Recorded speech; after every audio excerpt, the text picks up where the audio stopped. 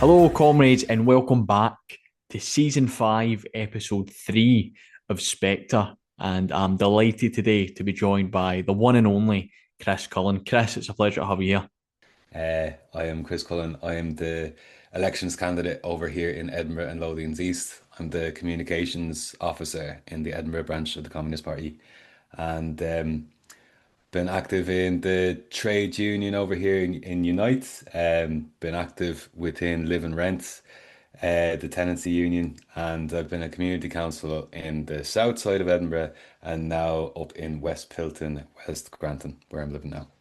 No, great stuff, mate. That's great to hear. And obviously, got you on today, kind of talk about kind of communists and elections, more so the Holyrood elections coming up on the 7th of May.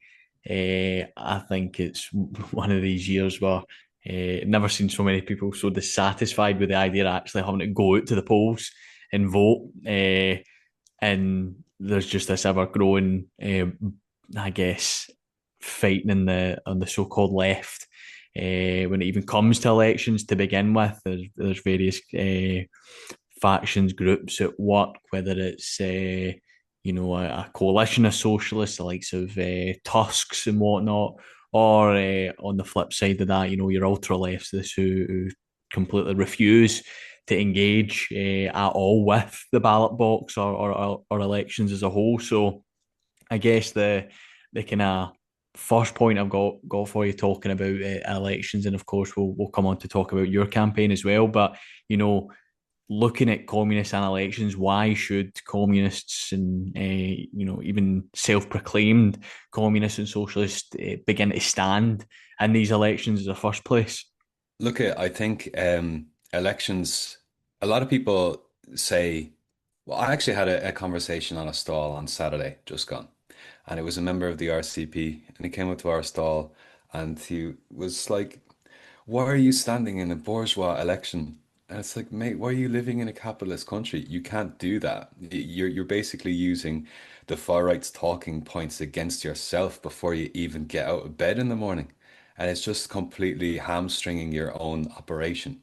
If you want to be a purist and only operate within the things that you think that are fully within mature communism, good luck because you're not going to do a thing.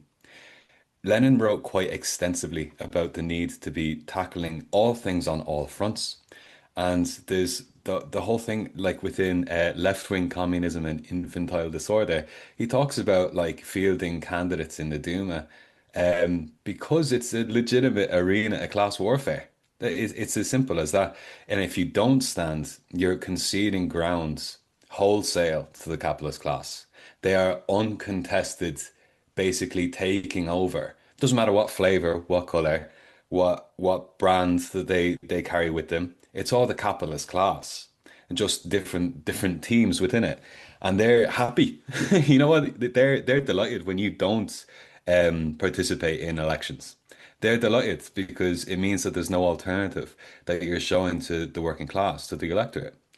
And if you do have an alternative, then it starts being this situation of like the emperor's new clothes. If someone is there, finally being the foil to that, holding up the mirror to it and being like, all of yous are as full of shit as each other, and yous are all just here in the like in the servitude of capital. And everyone, like all of them, well, most of them know it. A lot of them are still like believe in their own lies about forward movement within whatever movement they're in themselves. But like the working class are aware that this is a farce and it's not true democracy. People know that representation of democracy is a mess. But that doesn't mean that we should just be like, well, it's a mess, let's not do it. I mean, like if we had that same principle in regards to the trade union movement, we could recognize, hey, you know what?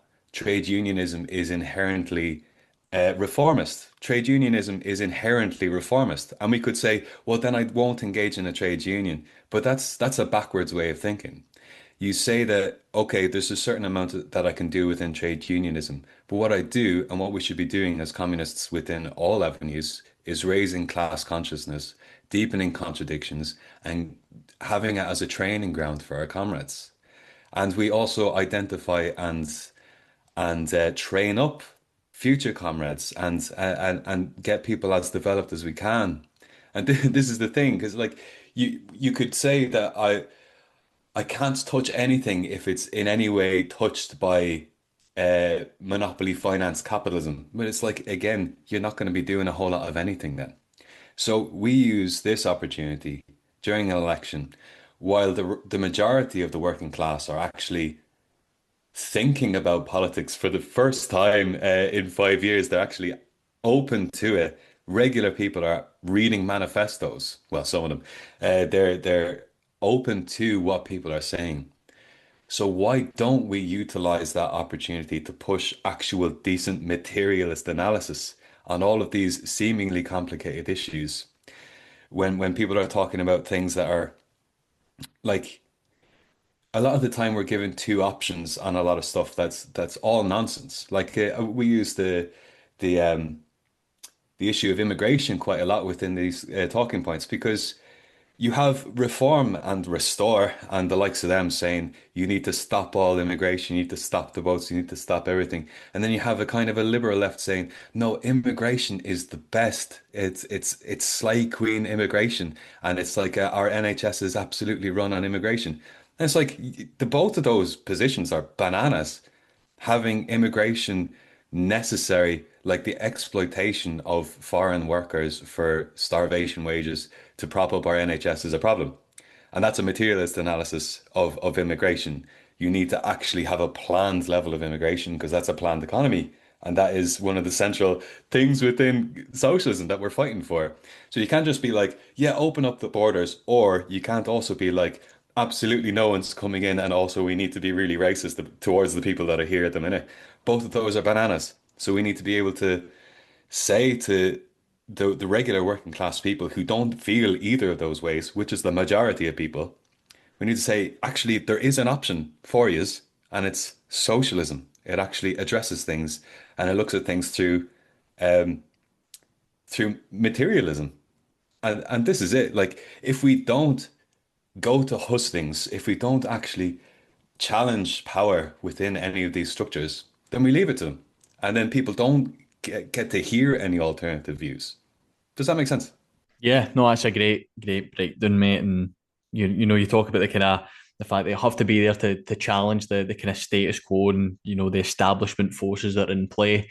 I guess the kind of run up to a lot of the ongoing work now that's happening surrounding the election. I was definitely reading through Will Dry's recent publication through Manifesto, Revolution in Parliament, and it goes through extensively kind of what you've touched on there about the fact communists should find themselves within that theatre to disrupt and expose the kind of forces that are already at work. And within the book itself, Will goes on to kind of analyse and break down some of Marx and Engels's analysis on kind of revolutionary parliamentarianism, and of course Lenin and the Bolshevik method, like you said about getting the Bolsheviks in the Duma. But obviously that's also combined with the work that was ongoing outside at a time where the most reactionary elements were working hard to undermine the limitations that obviously the Bolsheviks had in such a reactionary kind of parliament as well. And I guess from myself, speaking from my experience, having ran previously in a council by election, it is that same. You have to be there at the hustings to show that you're a candidate that's cemented in the community and offering something different because nine times out of ten, you're vindicated. I stood against my own auntie who's running for Labour, and just off the back of last month's council cuts and the proposal from the Labour-run council in Western Bartonshire was that they were going to make more cuts. Council tax was going to go up, and there was going to be other damages to other services and whatnot. My auntie then stepped down and left the Labour Party as a result, and the whole of my campaign was centred around, talking about, this is what's going to happen. Previously, it's been the SNP implementing these cuts. Now it's going to be Labour, and I said it's going to be my own auntie doing this exact same thing. It's going to be in this position, and you'll get a real taste of, is she willing to do it and put, her face to the name and whatnot, or will people shy away and, kind of vindication? I hate to say it, but you have to be there as that candidate to show, because it gives a good chance for so many people who are still tuned in to politics as much as elements on social media, Twitter, and all the rest, who like to just keep themselves to themselves and don't bother with what the masses actually think. A lot more people are semi tuned into these elections than we think, and they'll still be engaged with publications, news stories, and whatnot put out by outlets like the BBC or the Murdoch Press, and they're really taking aboard now as a result of social media. Ironically, these short, snappy clips and everything that gets people more involved. So trying to dispute like, oh, it doesn't really matter now. You don't get as much. And true, whilst election turnout is low, especially for things like by elections and whatnot, voter apathy is real. But for those who are kind of tuned in and still take notice to it, it's an area in a coliseum, I feel like, to be competed in, and it certainly does feel like a coliseum sometimes. 100%. But it's like you said, when you've been doing the stalk as well, you've had some ironic there, somebody from the revolutionary so-called communist party coming up to you and complaining about standing in a bourgeois election. They fielded candidates in the last general election as independents, but through the RCP kind of name. So, it's a bit tongue in cheek there. But, the real difference is that candidates are standing, real communist candidates are standing, who are pillars in their community. And, we want to expose how not just the policies of the establishment parties, SNP, Labour, and whatnot, but more so, I feel, how they try to gain the vote, how they try to present their so-called grassroots candidates. Because a lot of time, especially with the Labour Party, well, probably Labour and SNP, they look for local activists that aren't necessarily involved in Labour. But local activists, charity workers, people involved in community organising, and try to pitch them the Labour Party to get them in. And I think that seemed to be the case with my own auntie. And you can see that even that strategy is kind of not secure. But for a lot of the time, that's how Labour and SNP, and that certainly Recruit, is trying to bring these people into the establishment forces and sell them as being, these are the grassroots candidates that are involved with us. It's like, no, you've kind of almost, acquired them as a means of fielding them. It's some kind of twisted football transfer window, or pass them off as their own academy players. So, there's every avenue possible to expose every maneuver and every step that the establishment takes in trying to foster its candidates, show them, and make them regurgitate their manifesto. So I don't know how you've kind of felt with some of the candidates in Edinburgh, and certainly in the list. What's been your kind of thoughts on some of the ones stepping up?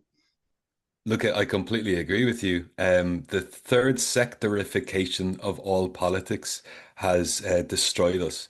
Um, in terms of like communities feeling like they have the ability to fight for themselves. And I'm going to blame Tony Blair, and I'm going to blame the fall of the Soviet Union, because we all thought we were post-history. This is the way that he talked about politics, that like class dynamics has been kind of settled now. It's no longer about that. And even like you think about like the Euro communist movements that were coming across Western Europe, they kind of thought, you know what? There's no need for us anymore. Greenpeace is going to do it for us. The charity sector is going to sort out all these ills because capitalism's actually fine, to be honest. And that's the narrative that's been sold to us. This whole idea should have been smashed for us after the 2008 financial crash, when the internal contradictions of capitalism became extraordinarily sharp. Became completely unignorable. And it's just like at its root, it is not reconcilable with itself. It will always just self-immolate. It'll destroy itself. It'll be like an unsteady load in the washing machine. It'll just shake itself asunder because it's constantly looking for new markets for cheaper products for lower wages. Meanwhile, the workers are always looking for higher wages and better conditions. It'll always keep fighting itself. As you depress the wages, the workers aren't able to buy the products they're making themselves. You hit a recession again, etc., etc., etc. It keep going. And what we've done instead is we've defanged community engagement. So, say for example, what would have started as like a response to the heroin epidemic here in the 80s, you would have had community needle exchanges that were explicitly political to try and fight the stem of AIDS and hepatitis. Then, when they became corporatized charities, and specifically then became registered charities that then get funding from the local authority, they were no longer given the license to be political. So now all of these different institutions that exist to fill the gaps that local authorities should be doing themselves are now operating within a principle of having to toe the line of the local authority, or they're worried about their funding being cut. So now you have a situation where the spaces in which people would have in the past been extremely active to be fighting for the material conditions of their own communities, they're now stuck in this parasitic relationship with local authorities. They're held over a barrel. And they're like, if you rock the boat, if you say anything too critical of us, we're going to start cutting your funding, and therefore people will suffer. And the local authorities are kind of delighted with this because instead of having their own full-time pensionable council workers delivering the care and the responsibilities that are necessary within the local authorities, they can say we're going to outsource it to these people on a contract basis, and the contract of funding can be reclaimed at any point. And what has come from that is these people, as you've mentioned, the people who kind of like were activists within their community who used to come up through the charity sectors and the third sector, they would be swept up by people, swept up with the promise of hope or of something different, but they end up joining the fucking Lib Dems or something. Like what are you expecting there? Like something to be infinitesimally different or slightly better in regards to education, or with the SNP, would you want, are you looking for Baby Box 2.0? Like they've been dining out on that for a decade. There's this stuff that's such tiny incremental shite that does not address the fundamental issues that are our class dynamics and our material conditions. It fails to actually address power at all. It doesn't put people in conflict with power. It reaffirms the class position as they are. And S&P especially, like, and I think why there's such apathy in this election is because no one is exciting. There's no parties apart from ourselves and other independents that are exciting to any of the electorate, because we're of the electorate, we're of the working class. And we are the working class plus analysis, basically. But the way that the working class feel innately is what we are, is what we talk about, is what we do. All of these like externally stoked fights, or these micromanaging little tiny bits that don't actually seek to change any of our dynamics. That's all because we've been forced into, or rather, the establishment party personnel have been forced into thinking within these extraordinarily narrow confines. They have absolutely no imagination for what Scotland could be if it wasn't absolutely prostituted by finance capital. And we think about the SNP once again in regards to how long they've been in power, how long they've been sitting at the levers of power that they do have within a devolved government. They've just been gathering dust because they're too afraid to upset any markets. Because John Swinney would be only delighted. He would be absolutely frothing at the mouth to say Scotland is the greatest place in Britain for direct foreign investment. But does any of the money that's coming into Scotland stay in Scotland, or is it going to the fucking Cayman Islands? Are they building infrastructure that Scotland will own? Or is it building, say, wind infrastructure on the Crown Estate seabeds that's going to be owned by a French company?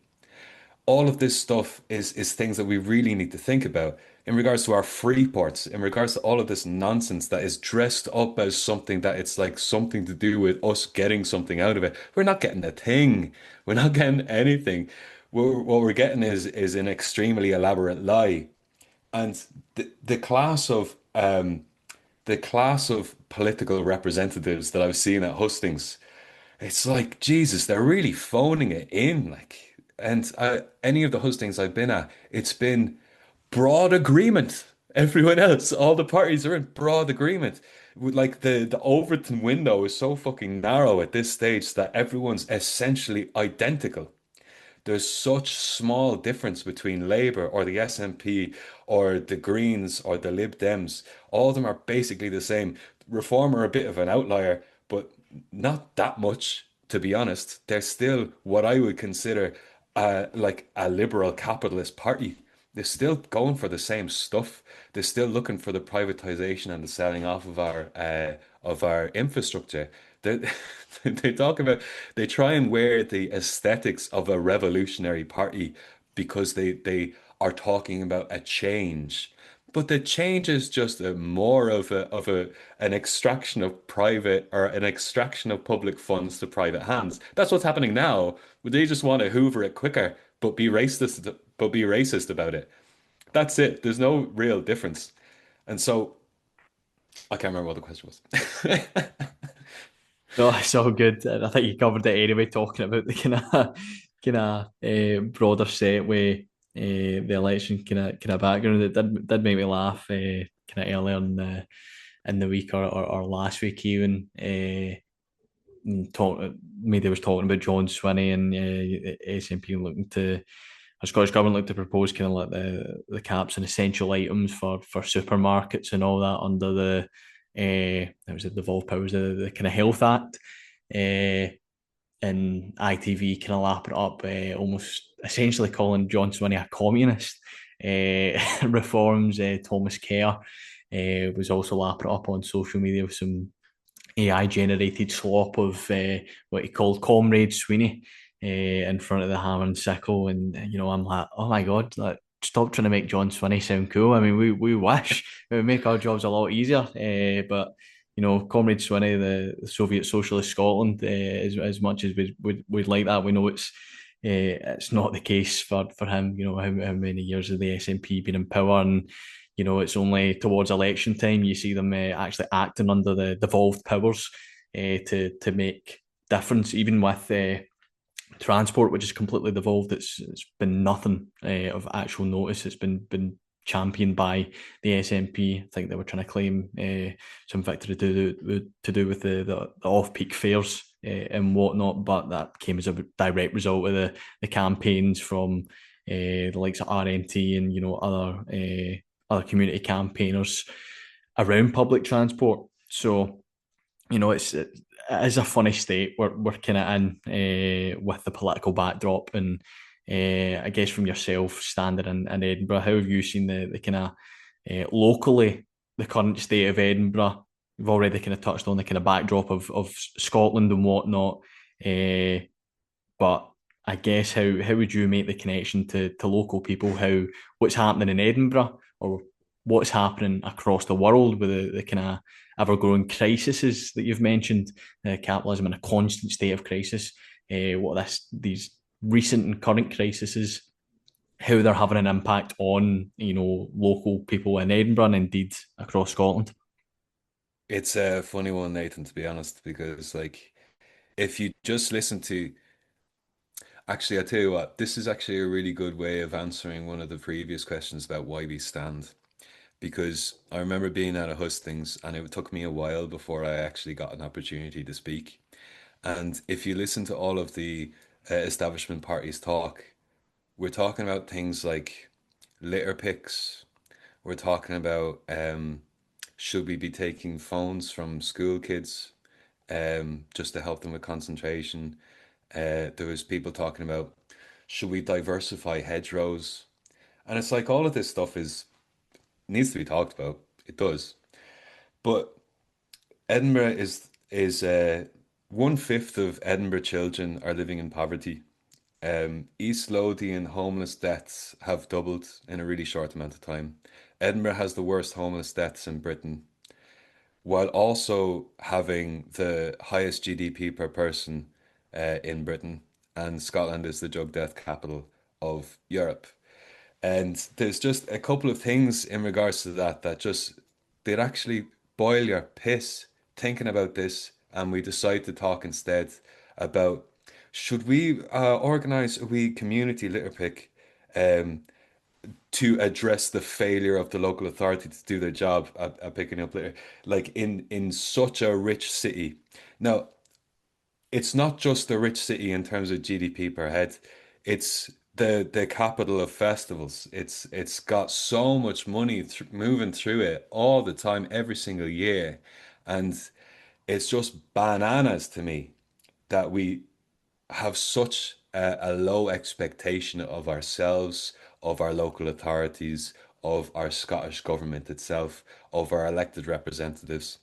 It boggles my mind to think that people think that we don't deserve these things or that it would be a monumental task to address homelessness. Like we sorted out rough sleeping overnight during COVID because I tell you what, airborne pathogens don't know class. So if you have people out congregating out on the street all the time, that's creating a problem for rich people. So they're like, well, we must mop this up right now. Because if it was about health and safety for just those rough sleepers, they'd be housed tonight, but they're not because them being in trouble actually helps class society because they act as a grisly warning for what you do if you kick up a fuss in work or if you don't pay your rent to your parasitic landlords. They act as the warning for what happens to you if you don't toe the line of capitalist society as it is. And this is the thing that really frustrates me about Edinburgh specifically, like because we have well, this is also like a Scotland-wide thing that like if you just read our policies, if you read about our like protections for homeless people, you'd be like, wow, what a kind nation. Wow, they've really thought of everything. Gosh, and oh, is it really it's a legal requirement to house everyone who presents as homeless to the council? Wow, fair play to them. Little do you know that like that law is broken every single day and you have to threaten local authorities with legal action to house people. And not only that, but it's like if you're homeless and have children, you're going to be put into a temporary accommodation for possibly years before you have a council house. Over 55,000 people are on the Edinburgh social housing waiting list at the minute. And like it's never going to be cleared if they keep doing it the way they are. Edinburgh don't build council housing really anymore. They build affordable housing, and within that bracket, they can say, or what is what is within that bracket is something called mid-market housing, and mid-market housing is 20% lower than market rate. But market rate for where and according to who? If you own the market, you can set what the rate of that is, and you're also therefore setting what 20% below that is. So we have our own Edinburgh City Council on the board of something called Edinburgh Living, which is a landlord that is building and buying affordable housing, mid-market housing, to rent it out to people who are on the council house waiting list, but it's not council housing. It's twice the price of council housing, and it doesn't have the protection of council housing. You don't have any kind of rent controls. You don't have the same kind of repairs team. It's all outsourced. It's outsourced in loads of different ways. The people who actually maintain the buildings are different. The letting agent is different. The people who actually come and sort out the plumbing will be different to the people who sort out the grounds. All of these things should be council jobs.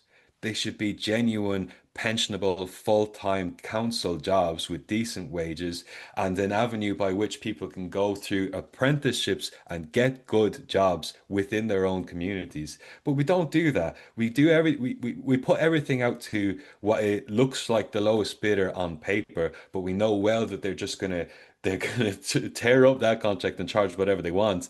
And our representatives don't care because they're often on the boards of these things and they're just happy enough because they can say, well, we've built this many units of affordable housing, but they fail to actually reconcile that we need council housing that's not for profit, but it's just for people.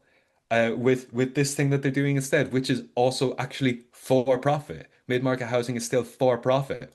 And it's just it's an insane situation to be having this kind of stuff while then not talking about that. They just talk about anything else. They talk about Mickey Mouse bullshit. We have over 16% youth unemployment in this country. We're not talking about that. We're not talking about Alexander Dennis across in Fife closing. We're not talking about Moss Moran closing across the way. We're not talking either about on an international scale. Fife is the Raytheon plant in Fife is making the guidance systems for the Tomahawk missiles that destroyed that primary school in Iran. We're not talking about these things. We're not talking about where we're actually making any of our money and where is that going. We're not looking after like indigenous proper industry. We either have bomb manufacturers, financial products, computer games, or go fuck yourself. And that seems to be the different uh, avenues of money that we have in this space. Oh, apart from Tart and Tat, yeah, we have like the whole of our main street is basically hollowed out of its old working class communities, the whole way up the Cowgate, the whole way up a high street, down into the Grassmarket, down into Dunby Dykes, all of these areas that used to be good, proper, quality working class communities that had council housing within these areas. They were old schemes. Now they're turned into absolutely hollowed out Airbnbs. They're turned into student accommodation. We're just a completely prostituted city. And the whole of EH1 is a Disneyland attraction. It is absolutely criminal what they have done to these communities. And I can say this coming in, I only moved here in 2022, and the difference I've seen since then, working in the tourism industry at the start, and now I'm working in homeless services only a couple of years later, and I've seen the degradation of the old town and how much people are being pushed out. I tell you what, it's a reverse Highland clearances. They moved everyone out of the Highlands to proletarianize them to get them to work in the factories. Now they're like, oh, we don't actually want industry anymore. Fuck off to East Lothian or Fife, actually, now, please. Clear out all this space so we can bring in more international students to make fat cash off them, and we can move in more Yanks to make loads of money off bringing them to the Royal Yacht Britannia. It's a disgrace. So I don't know if that explains. Oh, that's a good kind of analysis into the kind of backdrop, and yeah, I think we touch on housing, especially in Edinburgh. It's a very easy subject to get quite riled on and go into length, and I can imagine come the revolution there'll be a million versions of the painting it has come to pass by Sergei Lukin, and it will just be thousands of Aberdonians just staring about the Airbnbs, just in awe of what the landlords have been hiding in it. But aye, like Scotland's economy, and Britain's as a whole, I guess, but focusing more in Scotland, it's the exact same. And I guess it's this where the pipe dream and where the kind of breakdown from the argument for independence really falls, and only serves to solidify the case for progressive federalism as the shape in the economy, and the SNP's vision of an independent Scotland. It will still replicate a near carbon copy of what a broken United Kingdom would have, and it's the same trend that we've seen over the last few decades of, like you've touched on, the growing levels of privatisation, the selling off of what little public resources are left into the hands of private profiteers. But even with these, massive companies, take for example, BA Systems. It's American based, with BlackRock being the kind of main force behind it, and all the money that's produced from sales and whatnot, from the manufacturing here in Scotland, that money doesn't find itself back in the Scottish economy. It actually goes back to America, and these private investors in America and the shareholders there will reinvest it there domestically, or use it to build up their yachts and whatnot. So we're actually not seeing an actual return from any of these companies that we're just selling off land to, whether it's for so-called production or on housing and private equity. So it's a clear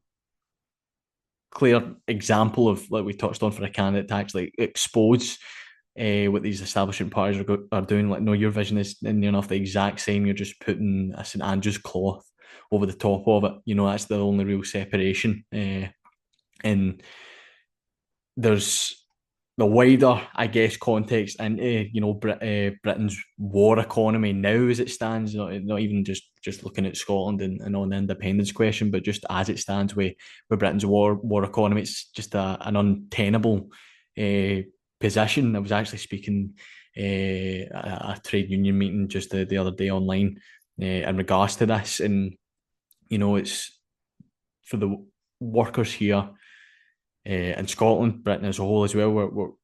We're currently dealing with the consequences, and for lack of a better term, the boomerang of imperialism. Coming back to his the recent kind of fuel semi-crisis that kind of spun out because garages were closed for a couple of hours at the day, and everybody was already spiraling and falling into panic at the midst of global catastrophe with the war in Iran. But not only that, the Britain's international policy and lapdogging with the US is overruled the sovereignty of the nations that make up Britain. For Wales, Scotland, and England. Scotland especially is just being used as, well, Britain as a whole actually is being used just as a lily pad, a glorified airbase for the US to land in and refuel before heading out to one of its many other military installations or bases in Europe. So this idea about the SNP, the Scottish government, or even Scottish Labour talking about Scottish sovereignty is completely overruled by the fact that they're just lying down to the US and letting them use a government funded airport such as Prestwick and other places to just allow US troops to board oil tankers and kidnap British citizens. With no consequence actually coming. So this cheap talk of fighting for sovereignty, it's just nothing, and it goes to show that these establishment powers will put the rule and the law of capital above anything else, above these many things that are labelled in their manifestos and on their slogans as their buses drive in, coincidentally avoiding the most impoverished other constituencies, but straight down to the more gentrified areas of the high street. So it really sets the kind of backdrop for these establishment forces not having a leg to stand on, and that's perhaps why reform have been pictured to almost become the second largest party in Holyrood, or it seems that way. I think it might be between them and the Greens, but they've been growing and growing over a course of managed incompetency, and it's tough to say incompetency because it does seem that it's intentional. It's what's happening is intentional decisions and us dealing with the consequences of it. It's like when folk talk about the council tax system, it doesn't work. So, well, it does work. It's not designed to work for us, and that's the same with the way in which the Scottish economy is shaped. And likewise, talking about elections, talking about Parliament, it's how bourgeois, the political machine is designed. It's designed not to work for kind of grassroots candidates, for real worker candidates to really step in and make an impact.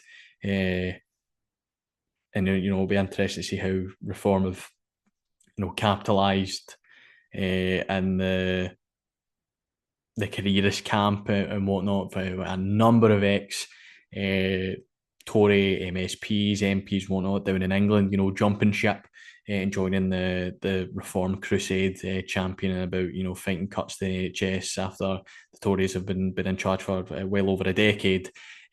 Cutting nothing but the NHS public spending. So, again, another area why communists have to be there, not allow reform just to, try damage control its image, has to be there to expose the kind of charlatans and all that who just use the bourgeois institutions that we have here in Britain, across in Scotland, as just another vehicle for a wage, a career opportunity. And it's the same for the trade union movement as well. It's, you touched on the fact that it's plagued with reform as well, to the fact that you know people who were trying to campaign to get inside the Labour Party and make their career there, they never had the luck. So they found themselves in the trade union movement. Some of the criminal class traitors over time who continue to pursue union strategies that will not lead to real economic growth and development for the workers in Scotland.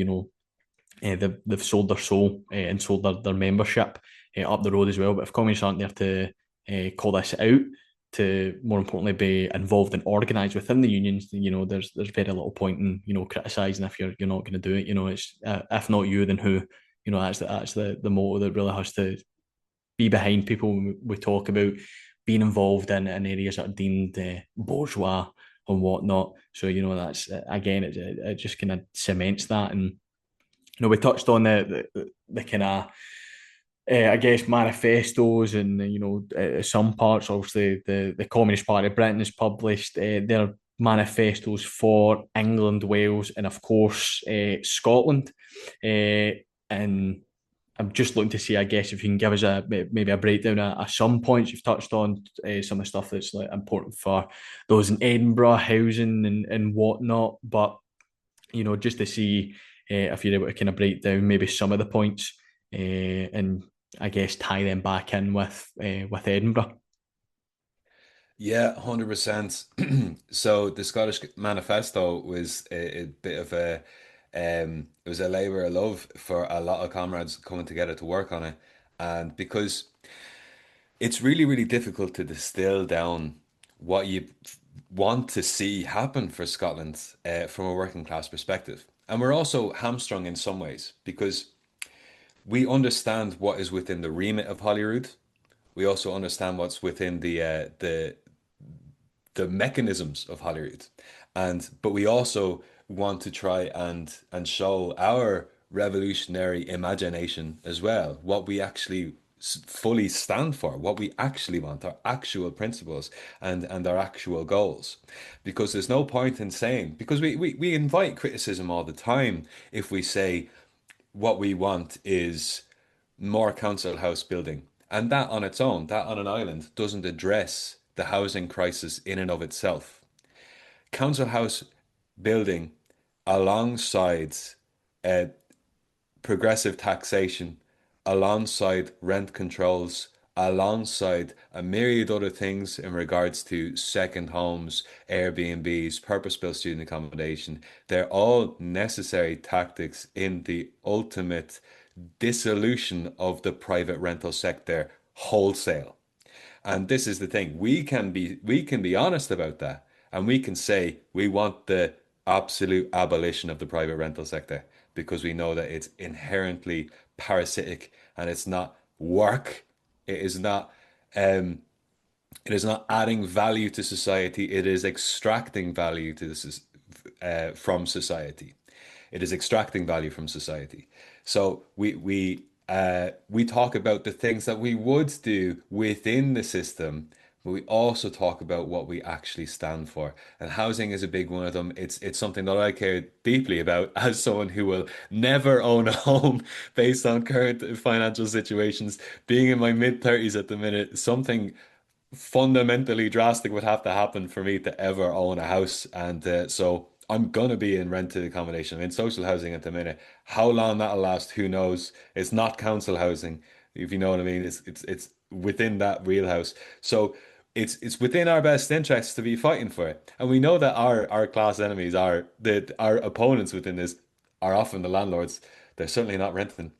Um, we want to talk an awful lot about like health and social care. We talk about the things that matter the most to the Scottish electorate because everyone knows that it's in a mess. Like over 70% of social care is privatized. I think it might be even over 75% of it. We know that what you need for proper, actual preventative healthcare, like we've seen in many other actually existing socialist countries, and how well it's managed, is you need from cradle to grave healthcare that's free at the point of use, that is planned.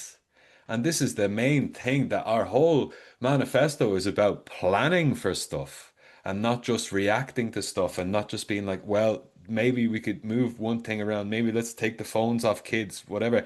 Like our healthcare system needs to be divorced utterly from private contracts, from private contractors. It needs to be fully funded and fully free at the point of use. It needs to include dentistry. It needs to include end of life palliative care, and it needs to all be just sorted.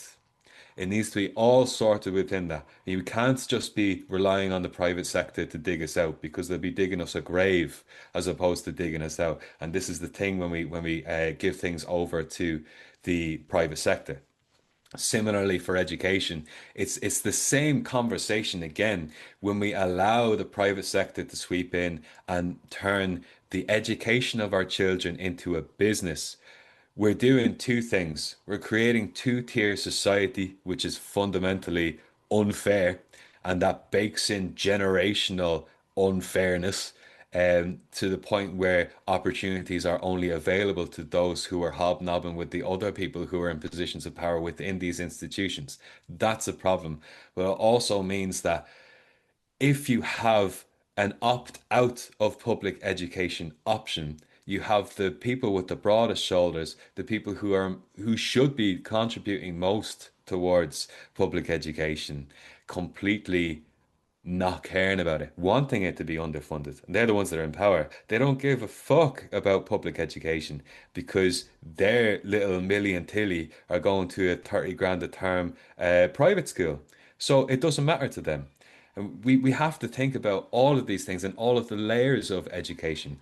We know that like preschool education and childcare is also tied to women's oppression. We know that women being able to look after their own sovereignty and their own careers, if that's what they want, has to be tied to, or has to be alleviated by the ability to have free, available childcare that's decent, that's good, that's safe. All of these things are connected. Similarly with apprenticeships. We know that a third of all places that are doing apprenticeships at the minute are not going to be doing them anymore in Scotland next year because they're not getting enough funding for it. It's not a viable option for them. So they're sacking it off.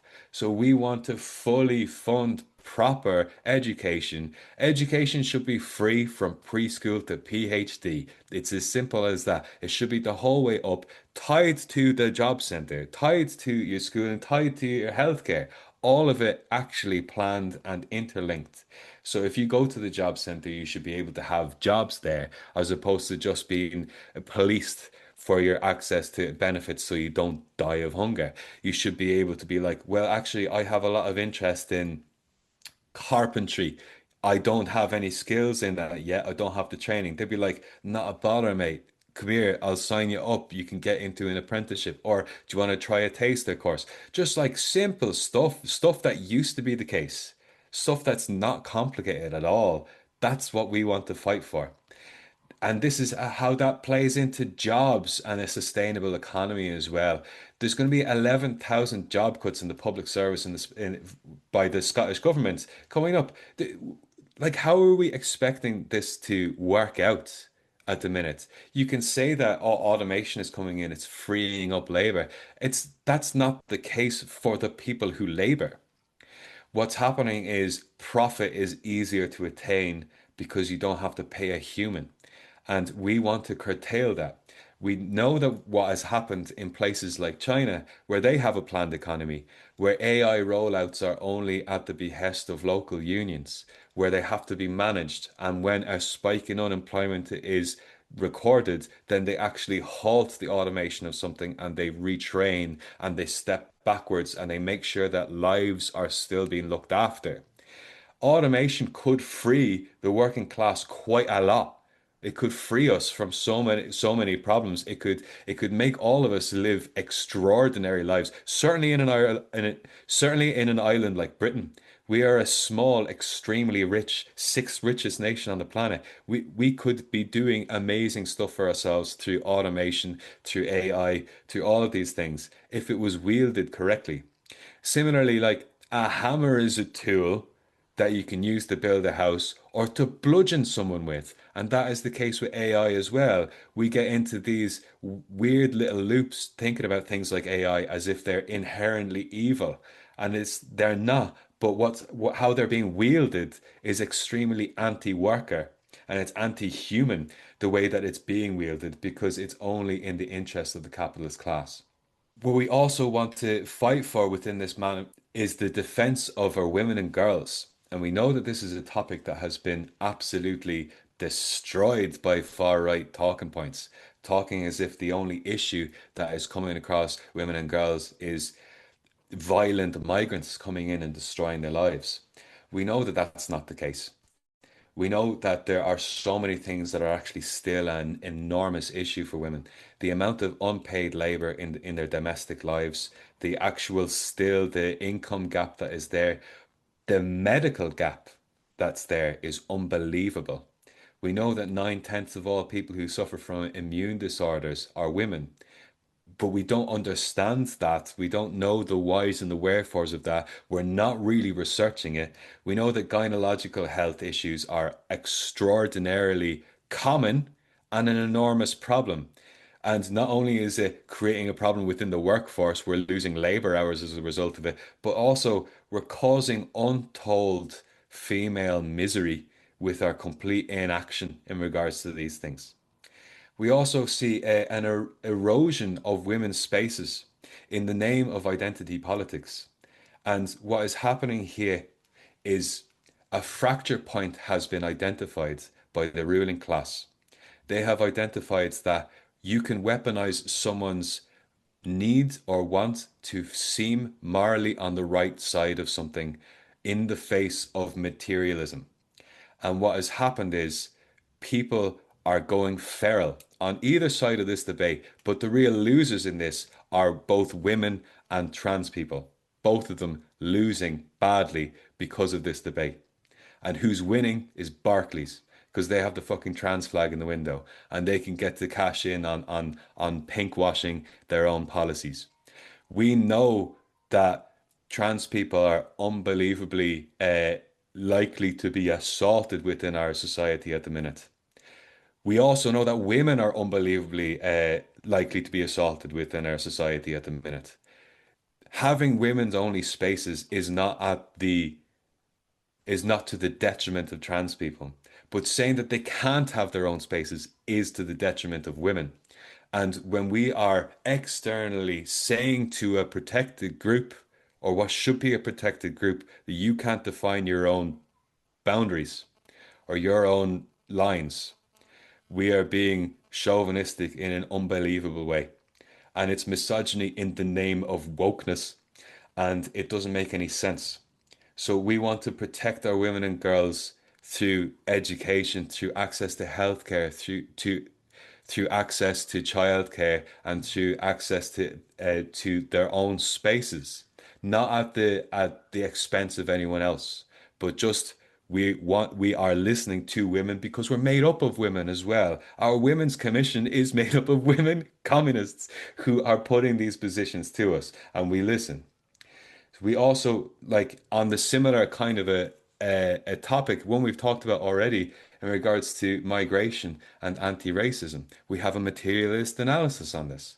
We don't say the door's wide open, everyone come in, because we know that that's not how an economy is structured. We know that's not how you go forward with anything. It's not how you plan an economy. And it's backwards. We also don't want to say no more people are coming in. We understand that our population pyramid has issues.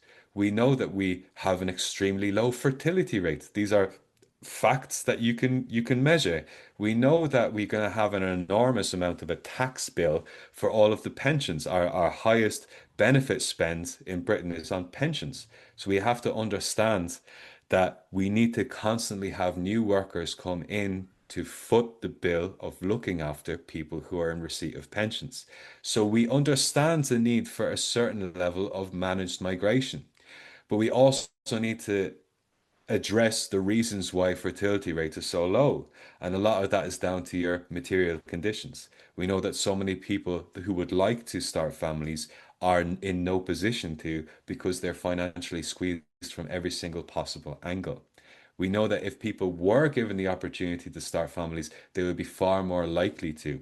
And that would alleviate the pressure on the need to keep pulling in external migration to feed our economy. We also understand that a lot of migration is a response to our efforts across the world in destabilizing and destroying sovereign nations and their resources. We know that us shagging the arse of the Yanks all across the planet in the pursuit of oil and rare earth minerals is destroying entire communities. We know that 7 out of 10 of the top donor countries of migrants to Britain are ex-colonies. We understand that there are historical contexts to all of the people that are coming here. There are material contexts to it, and we are not absolved of guilt as the British state. We are not absolved of that. Not the British people. And this is something that people get fucked up on because they're thinking, well, why should I feel guilty for that? It's like you actually don't need to feel guilty for that, but your ruling class should, and you need to be on the side of the migrants who have been absolutely brutalized to be brought over here so they can work illegally in a chicken farm or maybe on a delivery bike. You should be on their side because I tell you what, they're likely to be biomedical engineers or lawyers or doctors, but they're not, their qualifications aren't recognized here. This is the thing that another thing that we neglect to think about. Those people who are on these small boats were comfortable enough to be able to pay human traffickers to bring them across. I don't mean comfortable as in, oh, they were having a fantastic time, but I mean they're generally fairly well educated and fairly sorted within their own lives before everything went terribly wrong for them. And this is something that we must actually also come to terms with, that these are not just like if you think about like the Donald Trump or Nigel Farage kind of rhetoric around the class of the people or the quality of the people, we're all people, mates, and we're all doing our best. We're all operating within the confines of where we are and our material conditions. And a lot of them are extraordinarily highly educated folk who are not allowed to operate within their chosen professions in this country due to our draconian and disgusting immigration laws and our laws around the refugee status. They're often just warehoused in horrible Travelodge-esque kind of buildings, locked out of the ability to even engage in their own community. So that's something that we want to address. We want to say, if you're in, you're in. You're not just left at the border if you have if you have like if you have the right to come in, like please come in. If you're trying to seek asylum, let's set up actual planned systems for seeking asylum where there's something at the other end of it, where it's not just someone coming in to end up homeless on our streets instead. That's a crazy situation. So, on that point, we also want to talk about peace within a manifesto because we know, as we've talked about loads, I mean, like Prestwick Airport there being used to load up Yank warships to go across and bomb Iran right now. We know that the airbase over in Cyprus is used all the time in this genocide in Gaza. It was used to send high def photos into Netanyahu's gaff. Like we know that this stuff is happening. We know that we're directly responsible for so much of this. We need to cut out of NATO altogether. We need to cut out from under the Yanks. We need to stop being the lapdog of imperialism. Because since World War II, that has been our role. Since the end of that war, we have just been in the service of American capitalism. And we have to really reconcile ourselves with that and think, how do we get out from under it? How do we have real sovereignty? And people talk about sovereignty in regards to Scottish independence as if being in NATO would help anything, or worse, being in the EU, a completely unelected bunch of literal, just bare capitalists that have anti-socialism built into them. They have like baked in competition laws. If you ever wanted to nationalize anything under the EU, I tell you what, it's actually literally impossible. So you have so many like fake socialists or like on the path socialists, if so, fair play to them, that think that, you know what, an independent Scotland, but part of the EU is what we need. It's like, mate, that doesn't make any sense. The EU is stoking war at an unbelievable level as well. This is the thing. We also want to talk about not independence in and of itself, although we as a party support Scotland's right to self-determination. But we don't support the SNP's vision of, again, as has already been discussed, a self-replicated Westminster, as they've only ever been a passive enactor of EU or UK law anyway. And they're just, again, sitting there at the levers of housing, of transport, of healthcare, of police, and they're just not doing a thing that's any better. So what we want is not an independent Scotland, but an independent Edinburgh, an independent Granton, an independent Pilton. We want these places. We want power devolved down. You want your community to be able to say, this is what we need, and we want to be able to use the money that we pay into the tax pool to do it. This is the thing. This is proper, actual, what's known as progressive federalism, where we have the powers devolved down to as low a level as possible. So it's not just all centrally controlled. It's so people can actually enact policies that are in keeping with and informed by the material reality of the places that are trying to enact them, as opposed to someone parachuting in and saying, you know what Edinburgh really needs right now? A facelift of George Street, a street that's almost exclusively used by tourists. That's not what we need to spend 31 million pounds on. We need to actually look after, again, record homelessness. We need to look after the fact that people are dropping like flies because of nitazines and synthetic heroin. We need to look after, again, the 55,000 people on the council house waiting list.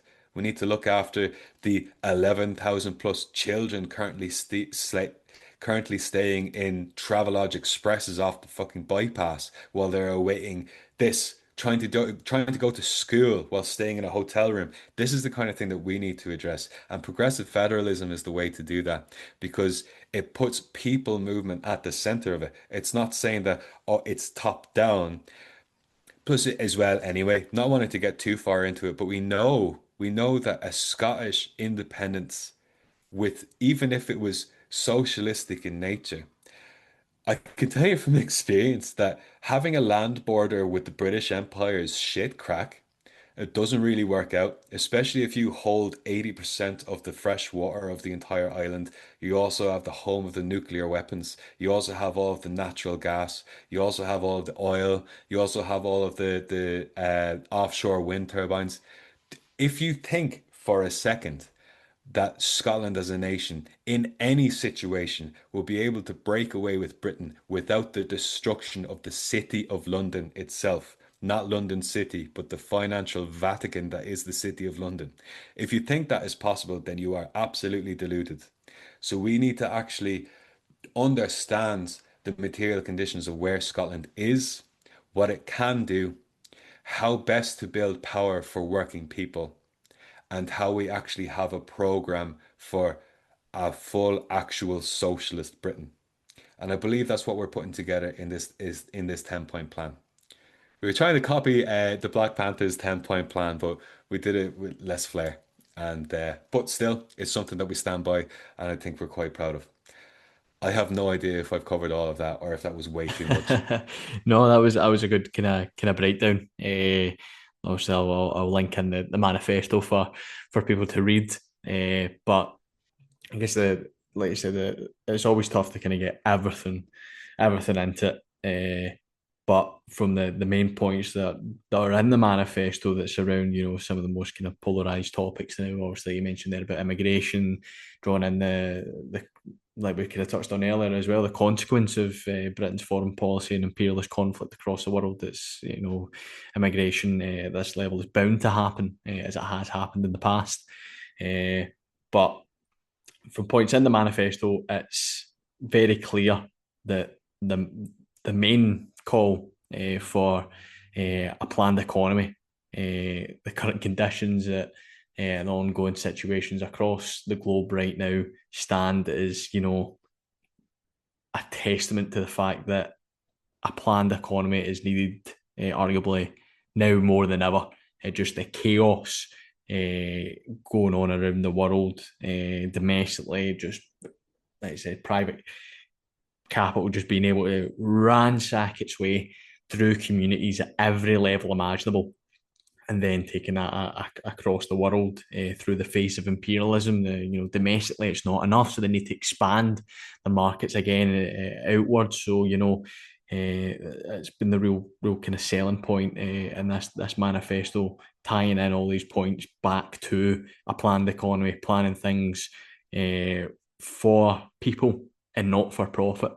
I'd be lying if I said I read all the other manifestos from like the likes of the SNP or Christ, even the Tories, but it's been the same drivel from the previous years in elections and from them. So it's like just as you've touched on why there's such a level of voter apathy, because there's nothing fresh, because it has been that same regurgitation. Folk have seen it, folk are tired of it, and folk are caught in this daily this daily struggle.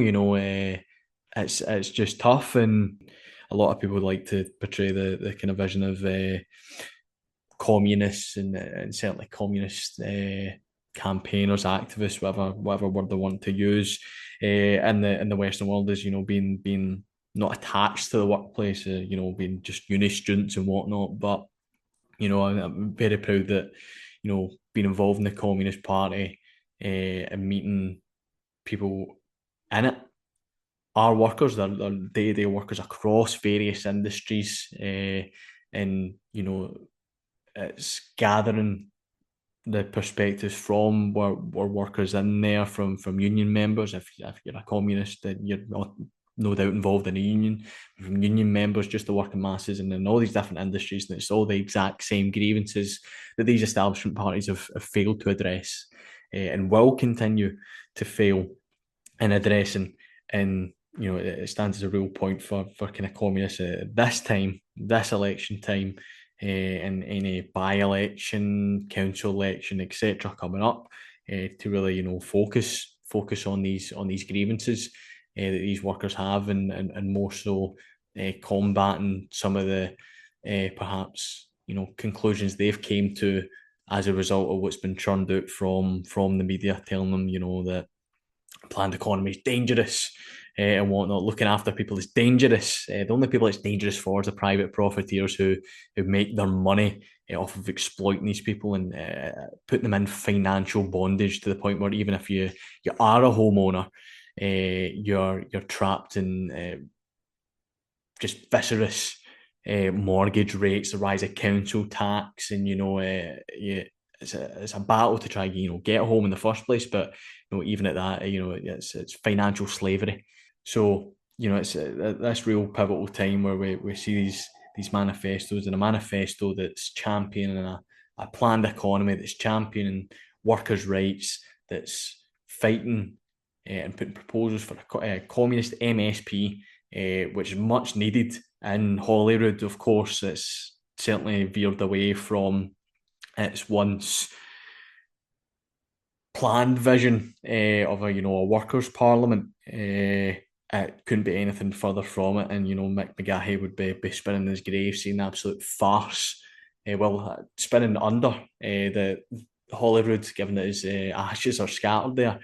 What's actually happening on the debating floor, from these establishment forces. So with that being said about the manifesto, that I guess everything we've touched on, the backdrop to this election, obviously we've got your campaign that's ongoing. Obviously the date I believe for registering to vote has passed, obviously. But you know you've been out with street stalls, whatnot. Obviously leaflets going through the door, which is fantastic to see, and you know, just a lot of stuff you've done on social media really capturing much of what we've talked about today. So I guess it was just to see if you can give us a kind of rundown a your campaign in Edinburgh and kind of I guess maybe some of the differences you've seen from perhaps some of the other candidates that are standing and you know their lack of involvement in the local community. I think something that was mentioned earlier is about being embedded in your community. And I think if I was to retroactively think about my time in Edinburgh so far in Scotland since 2022, I think that this campaign actually started as soon as I stepped off the boat, to be honest with you, because it's about building relationships and being known as the communist in your community.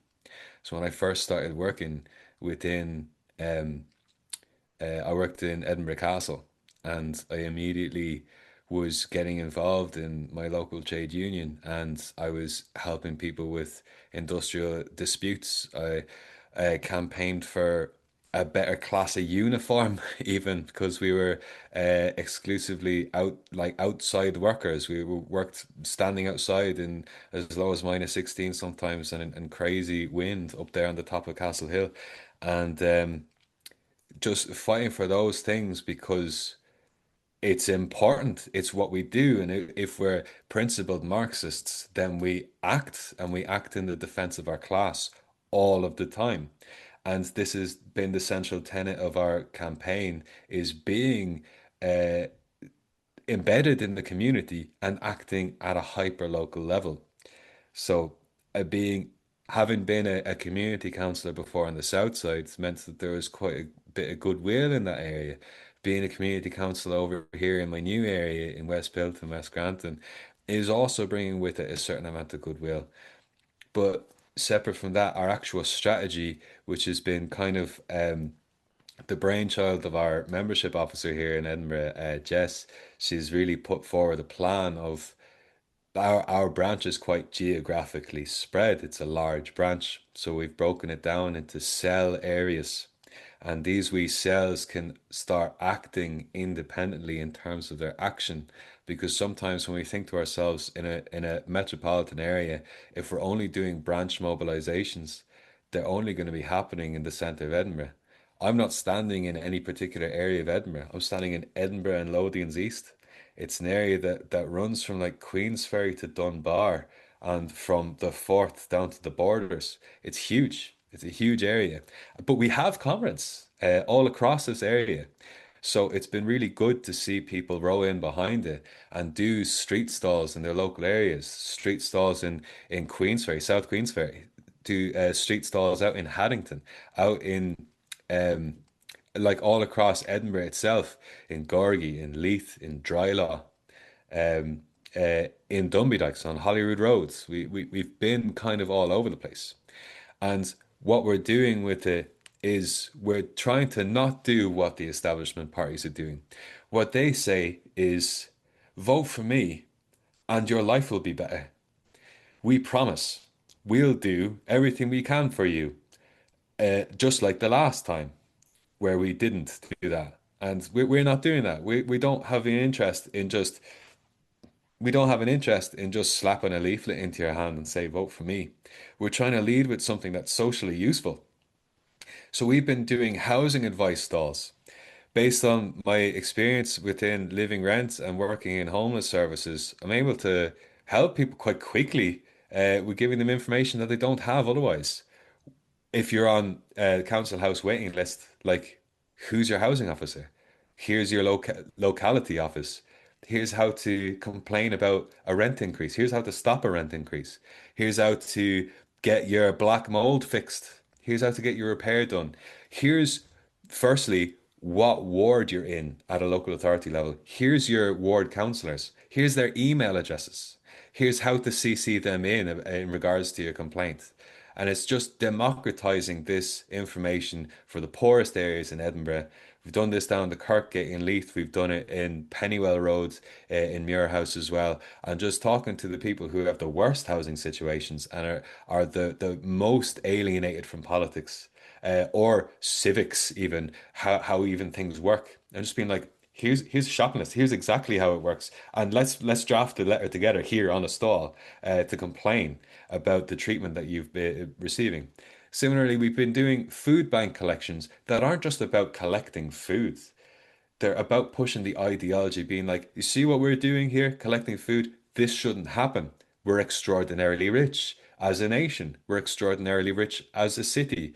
Why is this happening? And trying to use it as a point to push this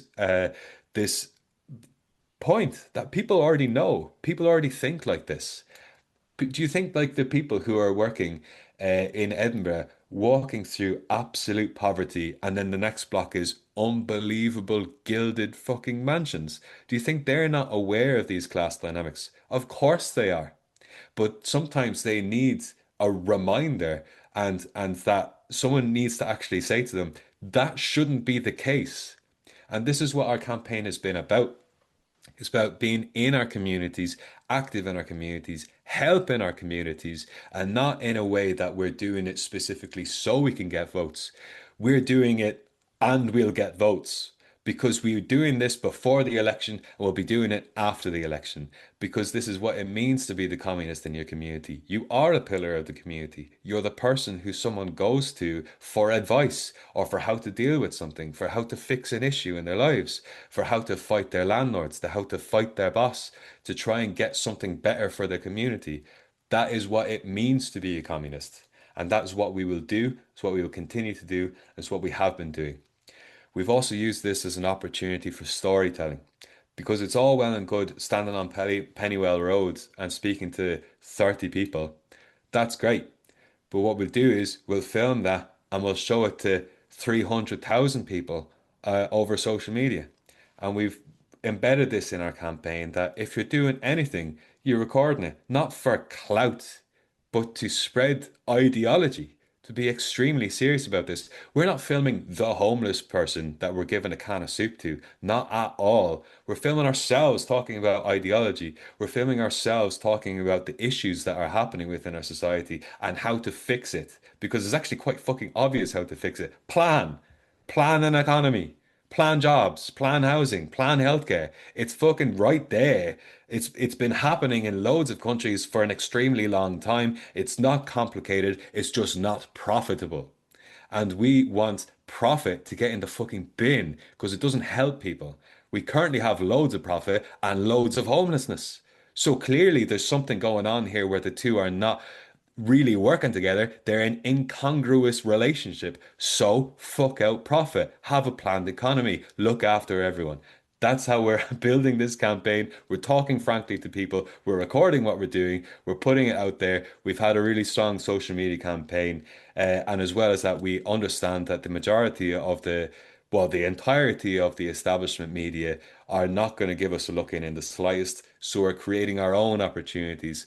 So I appreciate being involved in the SPECTRE podcast in this episode. We've also created podcasts of our own that we've posted on Comicast, specifically talking about different points from the manifesto. We're doing our own articles. We're putting our own stuff out all the time because people think like us. The working class think like communists. They just need to be reminded of it. Like primitive communism exists within the body immediately. Oh, if there's too much stuff over there, you share it. Oh, if something's going to happen over there and I know it's going to happen, maybe let's plan. Like this is simple stuff that I think everyone innately has a certain amount of, but they've been conditioned into hyper competitive capitalistic nonsense. So we try and combat that. And we try and combat the bad talking points that have come up as well earlier in this episode as well. I mean, like there was a very large there was a very large far right rally over at Holyrood a couple of weeks ago, and there was an enormous counter protest. And were we at that? No, we were up the road giving out housing advice. So we were giving out housing advice to the protesters and the counter protesters. We didn't give a fuck because everyone deserves to live indoors. So we had people coming up to us with saltires around their necks who were clearly there, whipped up by racist organizers, and they came away from it saying, "We're going to vote communist because this is actually helpful. You have taken my feeling that is, I can't get a house because there's too many migrants, to I can't get a house because of class dynamics, because rich people want to maintain as much profit as possible and keep me artificially depressed." So they're going away. Not only have they changed their mind in regards to the migration issue just based on actual material stuff in front of them, but we've helped them. So their lives are better. And this is how you challenge all of these negative things, is through fixing material issues. And that's why we're an economy first party. That's why we look after this first. This is the thing. And this is how we've been running this campaign. And this, I think it should be how we talk about these things in general, because we can get stuck down moralistic rabbit holes all the time, and we can pontificate about the the morality of loads of things. And it's like there's going to be plenty of morality when we're all dead and gone, because this is an emergency. We need to fight for socialism now as a biological imperative. If we don't do this right now, we will be swept up into another world war. We will be just ground under the boot of capital. And so we need to fight it because we want to survive. And if we're in survival modes, then we need to do this now. I don't know if that answered anything. No, that's superb, mate. And your campaign, obviously keeping up to date with it across social media and whatnot has been great. From what you said there, that I don't think there's anything else that I can say that doesn't that comes close to it. You've nailed that in the head perfectly about the campaign, the nature of it, and how actual election campaign should be as a whole. I mean, you kind of look at taking a taking a leaf out of, I guess, we're comrades, we're brothers and sisters in the People's Republic of China. The way their elections are shaped, and more so their local governments, and their how active the Communist Party is at this local level. It really is servants of the people. That's what it means to be a communist, and that's what we champion here. The fact that that's why we need more communists. We need more communists at every level, at council, SNP, and even doing Westminster, not SNP, Christ. Although it would make things easier. MSP, Cameron Sweeney. MSP in Holyrood, and of course MPs in Westminster as well, will make the massive difference. So I guess just to kind of finish up and round off, just look to see if you've got any kind of final talking points, and more importantly, where can we find you on social media to keep up to date with obviously your campaign and the run up to the 7th of May and everything else to follow? Yeah, 100%. So on Instagram, if you look Chris Cullen CPB, I'll be there. But at the Edinburgh branch socials on everything as well. It's the TikTok, Twitter. Is it Twitter? X. TikTok, X, and Facebook on the branch socials, but also on Instagram, I have Chris Cullen CPB. But the final talking point, I just want to bring back one of the first things we mentioned. Will Dry's book, Revolution in Parliament. I was picked as candidate for the branch, but I was anti-standing. I didn't believe in standing, and I didn't believe in contesting elections. I thought it was just a waste of time, and I thought it would be like, while we're busy doing that, we're not doing our normal work. We're not campaigning on the issues within our community. And through reading that book, I was like, well, that's actually arse backwards. By campaigning, we have actually recruited loads of people to help row in behind our existing campaigns as well as our election campaign. And by treating our election campaign as how we push our existing campaigns, I mean, like, it's actually been self-filling all the time. And because we've had quite a lot of excitement built around this campaign, we've been able to pull in loads of people from the broader movement as well. People who would, to be honest, generally not really have much love for the Communist Party of Britain, but they have a love for what we're doing because we're helping our communities. And we are trying to combat sectarianism. We're trying to combat dogmatism because we're just trying to do good work. And I think that is something that Will Joy talks an awful lot about within his book, is that you use it to do stuff. You don't do it as the thing itself. We understand that the parliament itself is broken. If we had enough communists stand and get in to be in power in Holyrood, I tell you what, the first thing we probably do is sign the thing to say let's dissolve Holyrood and start again, because we know that the institution in and of itself has baked in rules and systems and everything that do not serve the people but serve capital. So we need to build an alternative state within the state. We understand that. We understand that the parliament is a tool of capital as it is. That's not why we do it. We do it for all of the other reasons. We do it because imagine if I actually do get in. I would be the spectre haunting Holyrood. I would not let up on any of these fuckers, and I would be in there like a tick. And this is the thing, I would genuinely be serving the people in regards to that, because everyone else there is serving the board of some energy company or something. Or they're serving their own identitarian nonsense that is also serving capital in a different, more roundabout way. So this is the thing. A vote for me is actually a vote for you. Uh, and it's the only genuine one you could do in Edinburgh and Lothians East, because all of the rest of them are actually a vote for some other company. Oh, brilliant, Comrade. And again, just want to thank you for taking the time to jump off the campaign trail for a couple of hours to talk about this. So it has been great, and aye, busy time ahead of you for up till the 7th. And no doubt, looking forward to see the kind of, as you've already touched on, some more growth and all that for the Edinburgh branch, and even beyond that, with given the reach of your kind of campaign. So again, mate, thanks for taking the time to come on. It's been a pleasure. Not at all. Thank you so much, and cheers. Looking forward to it. Thanks again, comrades, for tuning in to another episode of Spectre. As always, be sure to share us with your friends, co-workers, comrades, and everyone else in between. And be sure to give us a like, review, or 5 stars on whatever platform you're tuning in on. Normally, these podcasts end with me giving a ranting and inspiring final message. But over the course of this podcast, I think Chris has done that job for me already. So the only thing that's left for me to say is on May the 7th, vote for your class, vote communist, vote Chris.